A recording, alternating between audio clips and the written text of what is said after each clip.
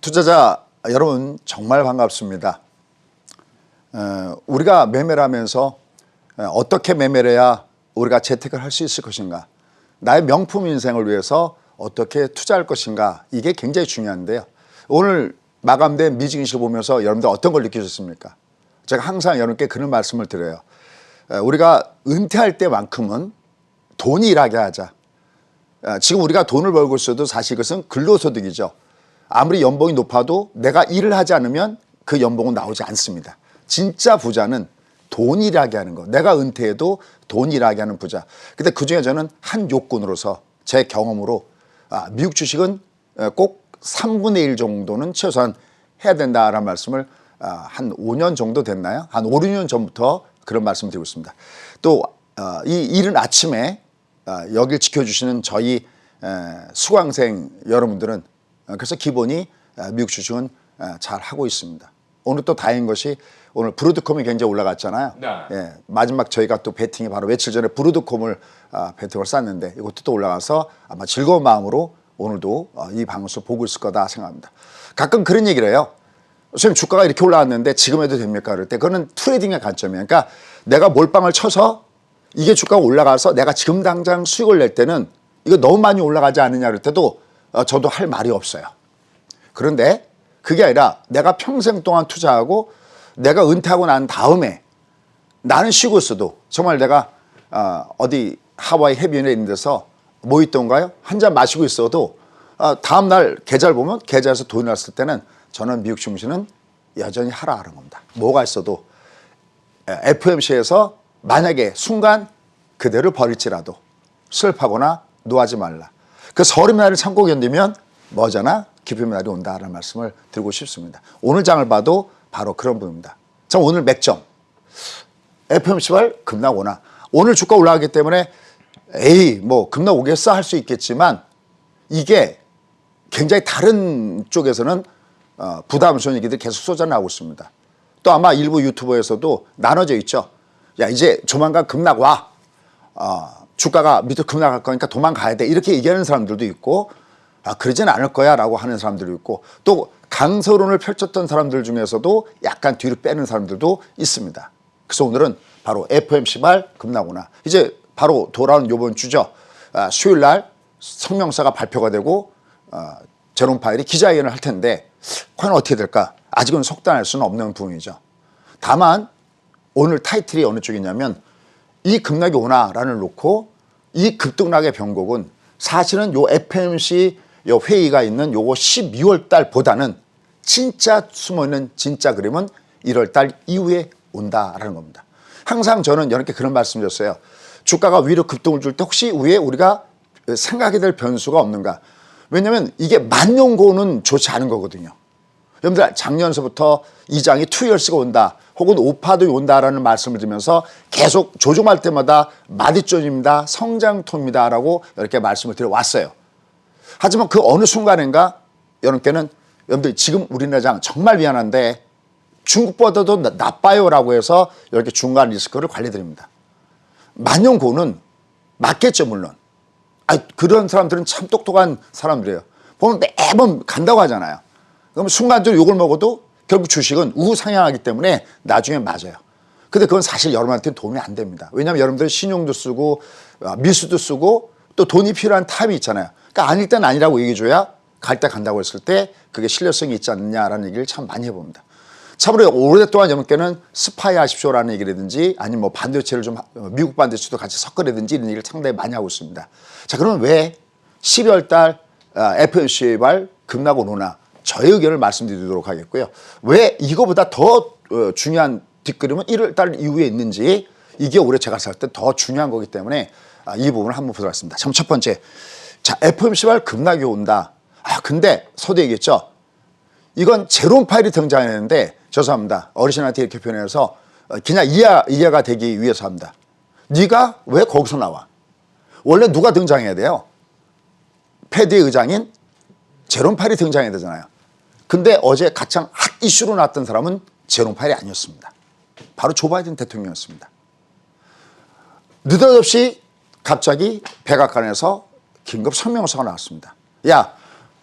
너희들이 조만간 좀 이따 볼게. CPI 물가 지수인데 야 이거 아니야. 이거 뭐가 반영이 덜 됐어. 최근 일부 제품의 가격이 하락하는 것이 반영되지 않았어. 미국 가면 뭐 여러분 아시겠지만 저는 가족들이 미국에 있어서 처음에 가서 처음에 놀란 것은 그 넓은 땅덩이에 놀랐고 또 하나는 영어가 짧은데 그 주유소 가면 우리는 다 가만히 있으면 다 넣어주잖아요. 넣어도 주고 뭐 커피도 갖다 주고 그러는데 이건 다 셀프예요. 자기가 다 알아서 꽂습니다. 근데 휘발유 걸 딱 보니까 야 죄송합니다. 그냥 쉽게 이해해서 이건 물값 정도밖에 안 되는 거예요. 야 이렇게 싸게 하나? 그러니까 미국은 이 휘발유 가격이 강하냐 약하냐에 따라서 물가도 물론 영향을 많이 주지만 경제 활동에도 무지하게 영향을 줍니다. 그러면 조 바이든이 꼽았던 그 내용 중 하나는 뭐냐면 야 지금 사실은 전국적으로 휘발유 가격이 내려가고 있는데 이거 별로 반영이 안 된 거야. 그러면서 이미 이거 나올 것을 대비해서 그러니까 미리 봤다는 얘기겠죠. 이 나올 것을 대비해서 이거 반영되지 않았다라는 얘기를 하고 있습니다. 또 하나 그런데 요새 조 바이든이 별로 일을 안 하는 대통령으로 유명합니다. 우리가 느끼기에는. 그러면 했던 것이 지난번에 얘기했던 대로 어디입니까? 아프가니스탄 철군하면서 매끄럽지 못했기 때문에 굉장히 지지율도 떨어졌죠. 또 요새 TV에서 하나 제 지인 얘기 하나 할게요.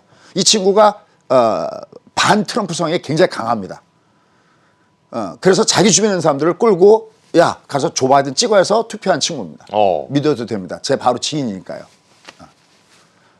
그런데 이 친구가 다음에 조 바이든 나오면 안 찍는답니다. 왜 안 찍는다? 야 이거 조처럼 잘 안 변하잖아요. 우리 같은 경우도 잘 안 변하잖아요. 중립이나 왔다 갔다 하지 안 변하잖아요. 그래서 제가 물어봤습니다. 딸내미한테. 왜 그런데 TV에서 자꾸만 조 바이든이 앉아서 꾸벅꾸벅 조는 모습만 나오고 있답니다. 그리고 별로 한 일도 별로 없습니다. 근데 결정적으로 조 바이든의 지지율을 떨어뜨리게 된 원인이 있습니다. 그게 뭐냐? 우리 보통 그런 게 많이 하죠. 장바구니 물가가 많이 올라갔다고 하잖아요.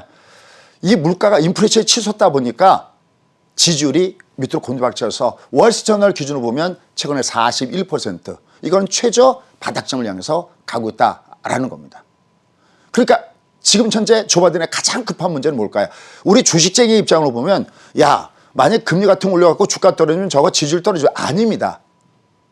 여러분들 주식투자 인구가 우리 몇 프로나 한다고 생각하십니까? 그게 중요한 게 아니라 장바구니 물가가 중요하고 인플레이션 물가가 중요합니다. 그래서 나온 것이 있습니다. 야 금리 인상 이거 6월 달까지 가능할까?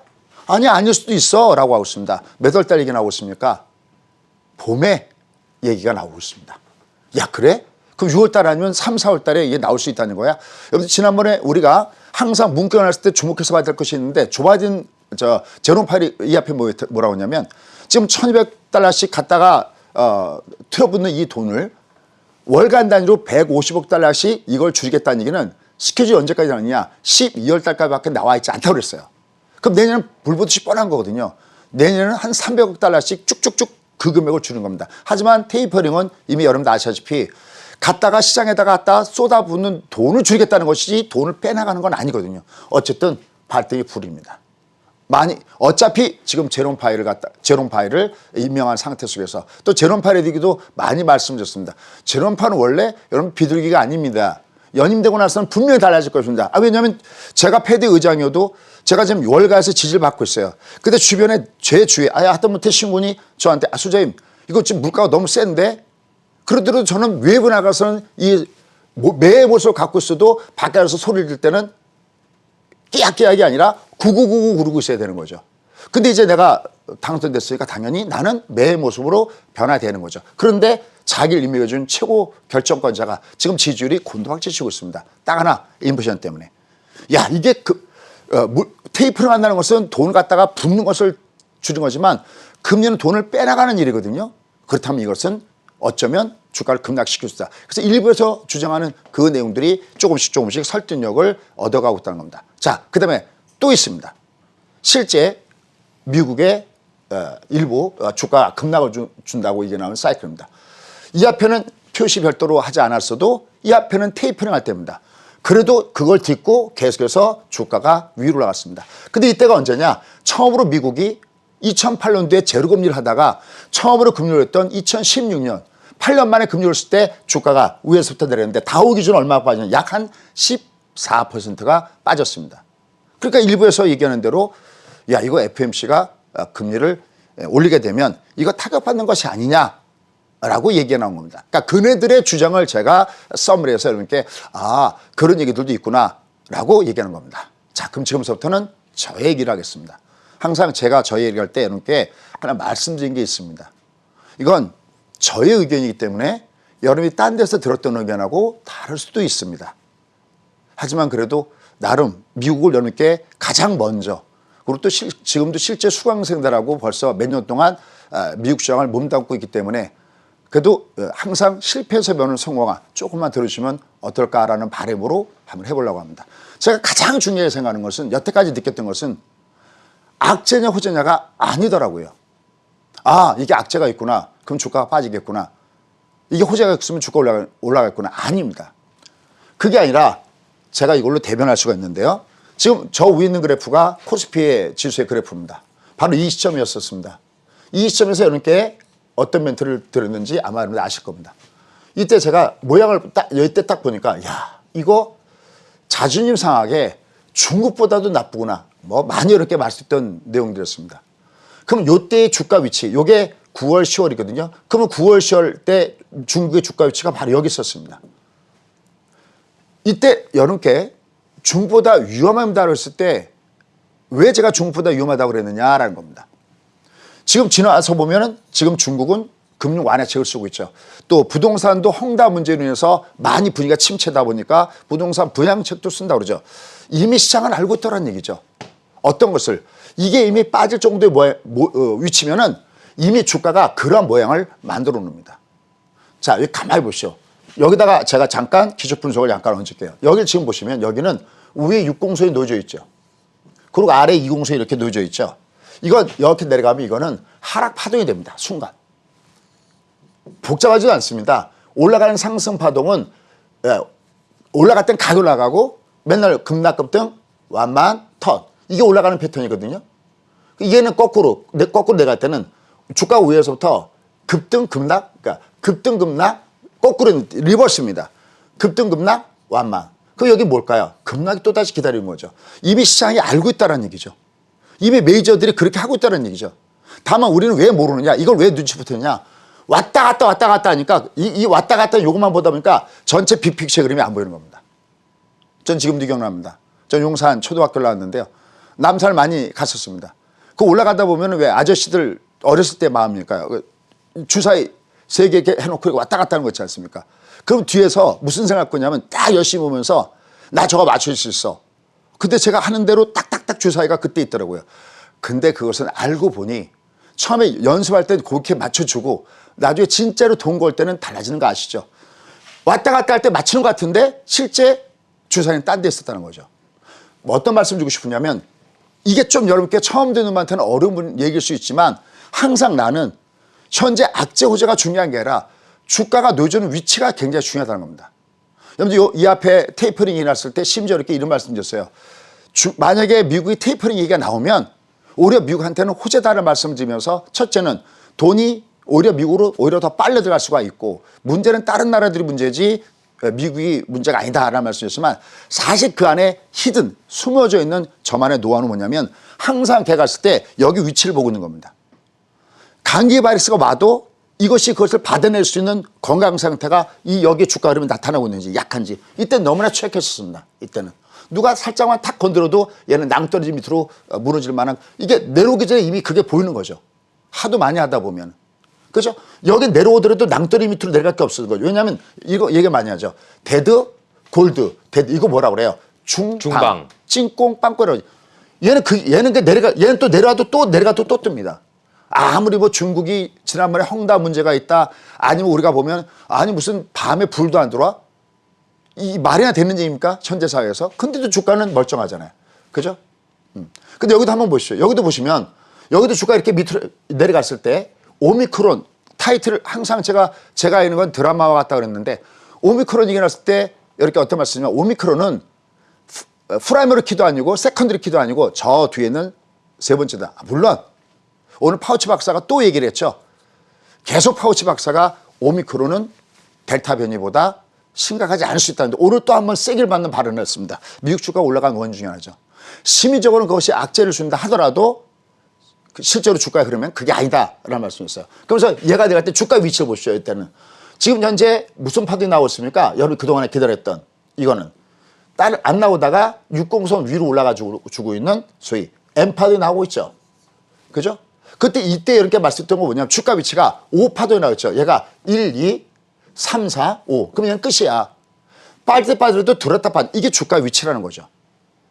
그러면 지금 이제 이 미국장이 FOMC가 뭐가 오고 그러면 폭락을 줄 거야 라고 얘기하는 그 부분들은 뭐냐면 주가 위치를 보고 이해하는 사람들이 아니라 뉴스를 보고 이해하는 사람들이죠. 물론 그게 틀지 말지는 누가 알겠습니까? 오늘 올라갔어도 뒤에 가서 뭐가 날지는 아무도 모르는 거거든요. 다만 주가 위치를 보면 그게 아니었기 때문에 이 앞에 9월달에 주가가 내려갈 때도 이 방송 같이 봐주시는 분들 정확하게 수치까지 얘기하면 250명입니다.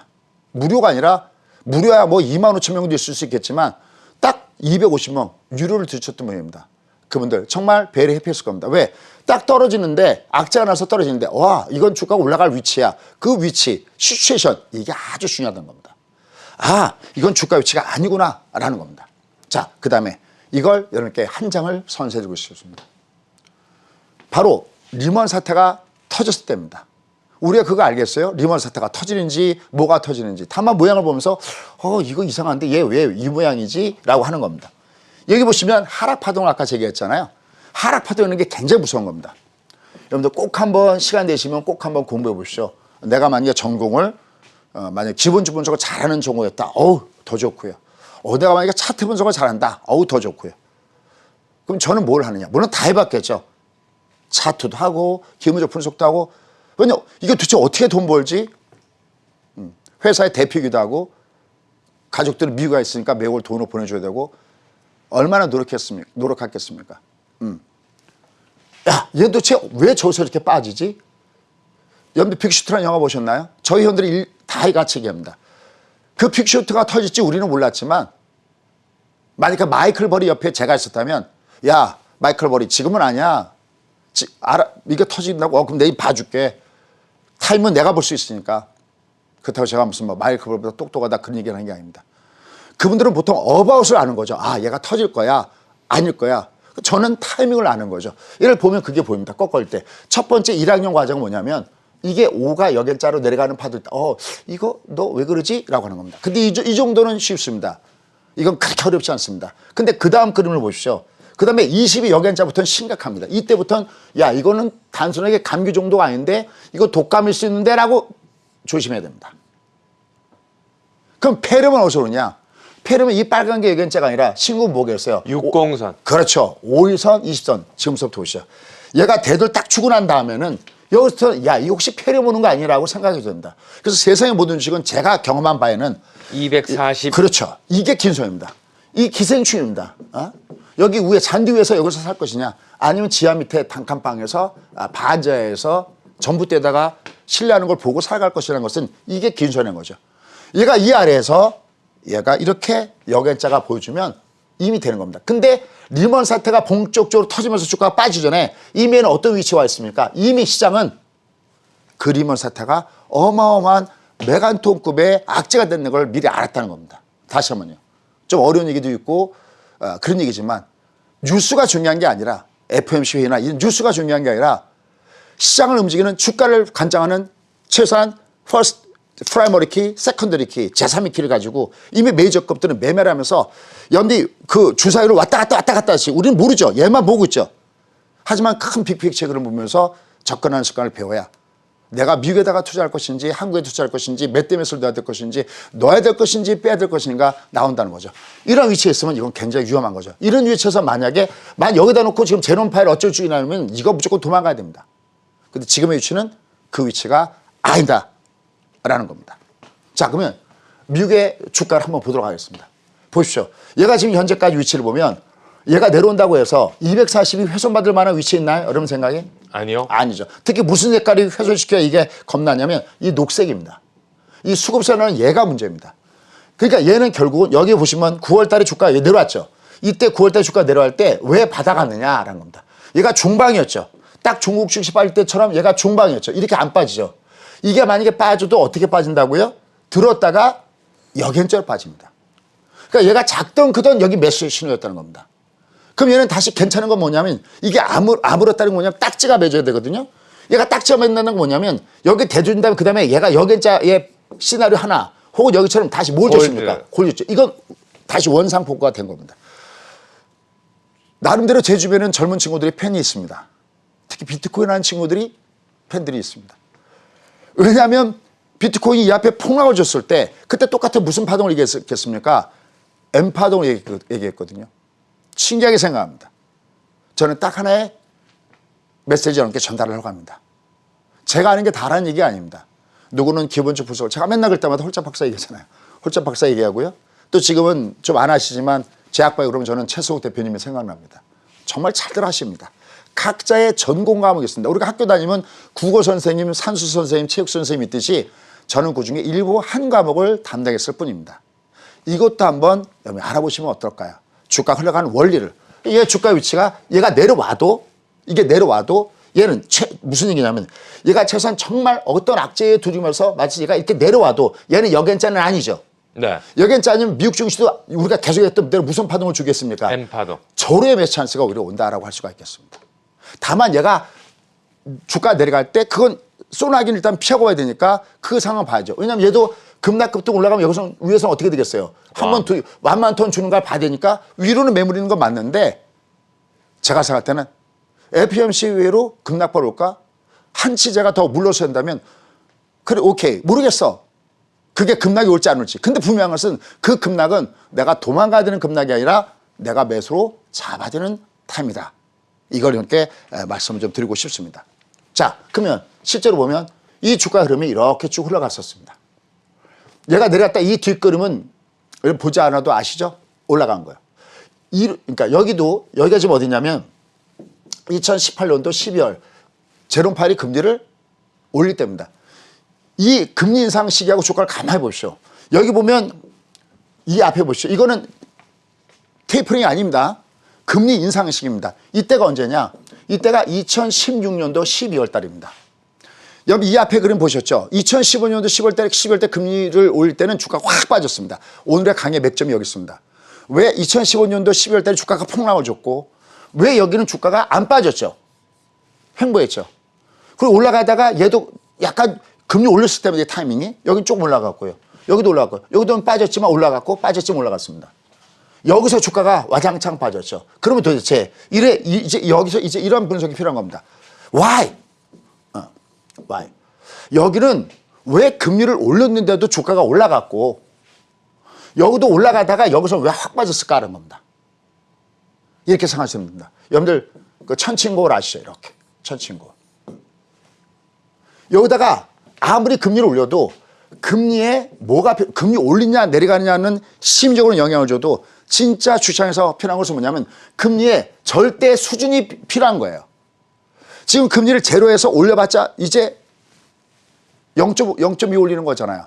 미국은 구간금리거든요. 우리는 뭐 딱 얼마 딱 어느 지점이지만 걔네들은 어디부터 어디. 그럼 제로에서 이 0.25에서 이거 올려야 0.25에서 0.5 정도가 될 뿐입니다.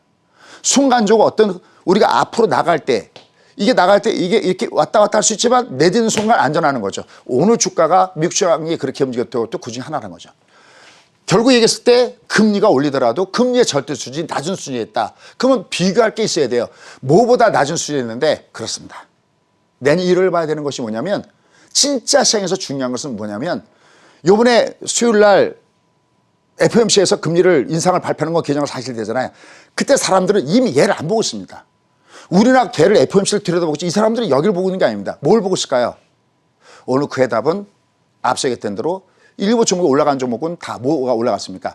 실적이 좋아진 종목이 올라갔죠. 그러니까 펀드멘탈하고 비교하는 겁니다. 두 개를 천칭고대 놓고 야 금리를 얹어봐. 0.2 얹으면 어떻게 될까? 야 여전히 경기가 좋아. 얘를 계속 얹어보는 겁니다. 0.25, 0.5, 0.75. 얘가 여전히 얘가 실적이 따라줘. 그러니까 순간적으로 뭐가 됐다가 고평가, 즉 고포였다가 예전에 제가 얘기했죠. 주식은 고포에서 사서 저포에서 파는 것이다 라는 말씀을 드렸어요. 역설적으로. 그러니까 금리가 올리는 게 문제가 아니라 패드에서 금리 올리는 게 문제가 아니라 이거 올리는 걸 지금 경제가 뒷받침이 되겠어 안 되겠어 라는 겁니다. 제가 볼 때는 이게 충분히 커버가 된다라고 보고 있습니다. 왜 그럴까요? 아까 여기다가 제가 조 바이든 얘기했잖아요. 이 그림 한 번만 더 보겠습니다. 제가 생각할 때는 조 바이든의 정책이 바뀔 것 같습니다. 뭐로 바뀔까요? 자, 바로 이 부분입니다. 이 빅픽처 그림을 보시기 바랍니다. 지금 바로 앞에 금리 올리는데도 주가가 올라갔던 이유는 바로 트럼프의 이 감세 정책이 큰 역할을 한 겁니다. 이 감세 정책을 했다는 것은 결국은 기업이 똑같은 돈을 벌어도 세금을 적게 내니까 기업의 이익은 어떻게 됐을까요? 계속 증가가 됐겠죠. 뭐를 올릴지라도, 금리를 올릴지라도. 그죠? 특히 여기서 주목할 게 있습니다. 원래 법인세 우리가 쌌잖아요. 미국보다. 근데 얘네들은 법인세를 35에서 얼마로 내렸습니까? 21로 내렸습니다. 근데 조 바이든 정부 들어서 얘를 다시 어떻게 하겠다고 처음 얘기해놨습니까? 다시 35로 올린다고 하다가 그다음에 야 반만 딱 올리자 그래서 얼마로 갔습니까? 28까지 가자고 얘기했죠. 그리고 여러분 아시다시피 이 빅테크 기업들 규제한다고 한참 그랬었죠. 이게 다르질 수 없다는 겁니다. 그러니까 쉽게 해서 우리가 어떤 부분들을 보셔야 되냐면 조 바이든 정책이 바뀔 수가 있다는 겁니다. 여러분들 우리가 보통 큰 정부라고 얘기합니다. 그러니까 정부가 모든 걸 다 알아서 하는 거죠. 민주당 정부는 그런 정부예요. 공화당 정부는 그게 아니라 야 너희 내가 뭘 도와줄까? 대신 니들이 알아서 자율적으로 해야 돼. 자유경제를 표방합니다. 전체적으로 경제학은 두 가지 나눠져 있는 겁니다. 큰 정부의 경제정책과 작은 정부의 경제정책이 있는데 조 바이든 정부는 야 우리가 다 알아줄게. 정부가 지금 현재 조 바이든이 많이 두들맞고 있는 이유 중에 하나가 뭐냐면 야 너희들이 너무나 돈을 많이 풀고 있잖아. 이거 너무나 많이 풀고 있잖아. 그래서 인플레를 유발하고 있잖아. 그러면서 지지율은 폭락하고 있고 조 바이든 정책이 바뀌지 않을래야 않을 수 없는 이유입니다. 나중에 다시 한번 깊숙하게 이 얘기는 하도록 하겠습니다. 그래서 결국은 이 세금의 문제라든지 돈 푸는 문제라든지 이런 것들의 정책이 바뀔 가능성이 굉장히 높게 대두 가지고 있습니다. 그러니까 어느 정도는 좀 풀어주면서 상대적으로 모든 것을 정부가 알아서 돈을 팡팡 쓰는 이 정책 자체가 바뀔 가능성이 있다라는 측면에서 결국은 기업의 실적 부분에서는 아까 트럼프 대통령이 얘기를 했듯이 기업의 부담감이 조금 기존에 있는 것보다는 줄을 수가 있다. 즉 21에서 다시 35까지 간다고 그랬다가 20에서 28까지 간다고 그랬다가 이거 저치도 낮아지거나 부담감이 없이 작아질 가능성이 굉장히 없다는 것을 염두에 두시면서 매매하시겠습니다. 그래서 조 바이든이 매로 등장하고 있습니다. 자, 근데 여기서 어차피 우리나라 시장을 봐지는. 근데 이번엔 우리나라가 달라지고 있습니다. 이게 또 획기적입니다. 한참 넘게 금융 불균형 때문에 지금 계속해서 시장을 받쳐줬던 우리 개인 투자가들, 개미들의 힘이 굉장히 없어졌다고 했습니다. 거기다가 공매도까지 얹어놨죠. 그 다음에 신용 대출이나 뭐 돈 대출은 안 되죠. 근데 미국은 매로 가고 있는데 이번에는 하느니 비둘기에 바뀌어 있습니다. 리얼리, 레알 이겁니다. 하느니 벌써 우리가 금리를 2번 올렸죠. 지금 이 중론은 뭐냐면 야 이거 내년에도 금리 올려. 그래서 가장 우리한테 부담을 줬던 것이 뭐냐면 내년 말 정도 되면 야 어쩌면 우리가 금리가 한 2%도 갈 수 있어. 일부의 전망이긴 하지만 그럴 수도 있어 그랬습니다. 근데 요번에 통화정책 신용보고서 꼭 한번 읽어보시기 바랍니다. 이거 하느니 달라지고 있네. 이 앞에 델타 변이만 나왔을 때도 야 우리 경제는 튼튼하고 이건 쉽게 하면 가계부채 문제도 있고 여러 가지 문제도 있고 그래갖고 이걸 가만 놔두면 안 돼. 굉장히 강경 모드였거든요. 그런데 이번에 하느니 신종 코로나19의 불확실성에 대해서 계속 강조를 하고 있습니다. 갑자기 모두가 신중한 모드로 바뀌었습니다. 그런 상태에서 그래서 굉장히 불확실성이 커졌다. 그래서 델타 변이 확산으로 코로나19 상황이 심화됐던 올해 중반과는 다르게 이제 이것만 얘기하는 게 아니라 다른 변수까지 같이 얘기하고 있습니다. 야 글로벌 공급망이 좀 이상해. 뭐 이런 기타 등등 얘기하고 있습니다. 그래서 여기 가장 맥점이 바로 여기 있는데요. 금리 인상 사이클에서 긴축 수준까지 갈 수 이게 문제가 되는 거죠. 여전히 지금 한해에서는 금리를 올리면서도 우리가 완화적인 스탠스를 취하고 있다는 거거든요. 그럼 이게 만약에 긴축까지 갔다 갈 때는 이건 굉장히 큰 문제가 생기죠. 그런데 긴축 수준까지 갈 수 있겠느냐. 근데 결론 지금 그걸 이야기하기는 굉장히 어렵다라는 얘기였습니다. 그래서 약간 통화정책 모두가 약간 우리는 오히려 완화 쪽으로 갈 가능성이 있습니다. 자, 마지막 그림으로 서서히 여러분과 마감하도록 하겠습니다. 이 그림이 뭐냐. 유동성으로 한참 신나게 올라간 다음에 그 다음에는 실적 장소 올라가는 이 사이클입니다. 이 사이클의 중간에 왔다 갔다 하는 데코복고가 나타나고 있습니다. 장후 관점은 2020년대 키워드를 미리 얘기했습니다. 2020년대 저의 키워드는 바이홀딩이었습니다. 묻어둬라. 그냥 keep going. 올해 저의 키워드는 뭐냐면 리미트 공략이었습니다. 아마 계속해서 들으셨다면 계실 겁니다. 절대 올해는 올라가서 샀을 때는 먹을 게 하나도 없다. 내려갈 때 사서 올라갈 때 파는 정도만 된다. 내년 장세 키워드는 뭘까요? 내년 장세 키워드는 실적 장세가 어떻게 나오냐가 제일 키워드입니다. 그러니까 내년에는 어떤 장세가 되느냐? 가는 것만 갑니다. 어떤 것만. 돈 버는 회사들, 얘들만 가지 전체가 동시에 가지는 않습니다. 지금 다행히 우리 아까 신문에 했던 대로 이번에 발의 방향이 위로 올라가고 있습니다. 얘가 위로 올라갈 때는 딱 한 가지만 조심하면 됩니다. 5일선의 바디. 물론 이건 좀 이따가 10시 반에 다시 한번 설명하겠습니다. 5일선 바디하고 and OTT 패턴을 보셔야 됩니다. 그게 되기 전까지 얘는 올라가는데 대신 한 가지 조심하시죠. 이게 옆에서 넓어지고 있죠. 이게 이렇게 넓어지고 있을 때는 여기 근처에서 매물을 받습니다. 하지만 그래도 이번 달에 주가 올라가면서 무슨 파동을 주고 있습니까? M파동. 다행히 이제 빠져난 주가가 여기만 버티면 여기 훅 빠져내려가죠. 어떻게 될까요? 얘가 60선 드디어 이렇게 방향을 턴하겠죠. 그죠? 그러니까 얘는 위로 올라갈 때는 240 근처에서 두드맞지만 얘는 내려가면 자연적으로 저점 매수가 있기 때문에 여러분 여전히 내년 실적이 좋아진 종목을 중심으로 담가줘야 된다라는 겁니다. 이들 종목은 이미 대두 준 다음에 신나게 해서 올라가고 있습니다. 여기까지. 여기서 막혀있죠. 여기서 잠깐 막혀있습니다. 이런 걸 매매할 때는 그냥 예측이 아니라 대응의 전략으로 얘가 최소한 요 20을 깨는가 안 깨는가 보셔야 됩니다. 미리 꿀팁만 얘기합니다. 얘가 깨느냐 깨지 않느냐 얘를 보고 매매하셔야 되겠고요. 그 다음에 주가는 이렇게 하락 패턴으로 꺾어지는 패턴과 역외자죠. 이렇게 다시 올라가는 원상복구 패턴이 있습니다. 그러니까 결국 관건은 얘들이 아까 애들이 이 앞에 얘가 올라가면서 여기를 뚫고 올라가주는 이 현상이 나타나면 얘는 완전 복구가 되는 겁니다. 이건 아무도 모릅니다.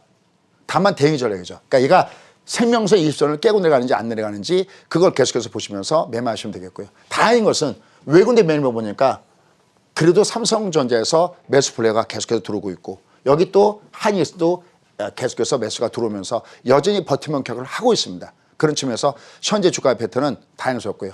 또 나머지 시총에서 차지하는 얘들도 가장 다양스러운 것은 예전에 제가 LG화학 하면서 그런 얘기 했습니다. 얘만 안 깨면 괜찮다고 그랬어요. 얘만 안 깨면 얘가 어느 파동을 안 가는 겁니까? 더 큰 하락인 L 파동을 안 가고 있기 때문에 얘는 위로는 매물이 있겠지만 하단에서는 저점 매수가 있다는 것도 보셔야 되고요. 나머지 종목들도 전부 다 견조하게 밑에 하단을 지키고 있습니다. 여기 저점의 지지 여부를 보시면서 장을 가시면 되겠습니다. 결론. 결국 이 장은 여전히 밑으로 갈 때는 저점에서 받아볼 만한 장세다. FOMC에서 급 나오죠? 그건 모른다. I don't know.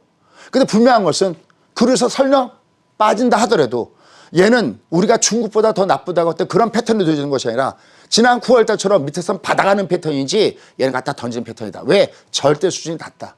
사람들은 오늘 같은 경우 주가 올라간 배경은 어느 쪽이냐. 금리 쪽은 이미 우리만 보고 있지 그들은 거기를 보고 있지 않습니다. 실적만 보고서 걔랑 비교하는 겁니다. 상대 비교. 1월 달 이후에 그 실적이 드디어 나옵니다. 우리 거기다가 온통 신경을 써야 되고 오늘 그 부분이 뮤지션에서 반영됐습니다. 그래서 우리가 여전히 주도군자는 몇 번 얘기하죠. 반도체 종목 중에서 반도체 소장 종목에 키가 있다라고 얘기했고요. 근데 내년에 연결되는 테마가 게임, NFT, 제약바이오. 그 다음에 특히 이제 보안 관련된 얘기가 많이 나오고 있죠. 비담에 관련해서. 요것들도 있고 우주항공, 의료기기, 기타 등등이 있습니다. 요 내용은 항상 이렇게 말씀드리지만 여기서 한번 말씀을 드리고요. 이 종목 외에 이들 종목이 있으니까 나중에 돌려서 한번 보시고요. 이 종목에 대한 멘트는 10시 반에 좀 더 디테일하게 주요 2022년도를 겨냥한 시계 테마에서 뵙도록 하겠습니다.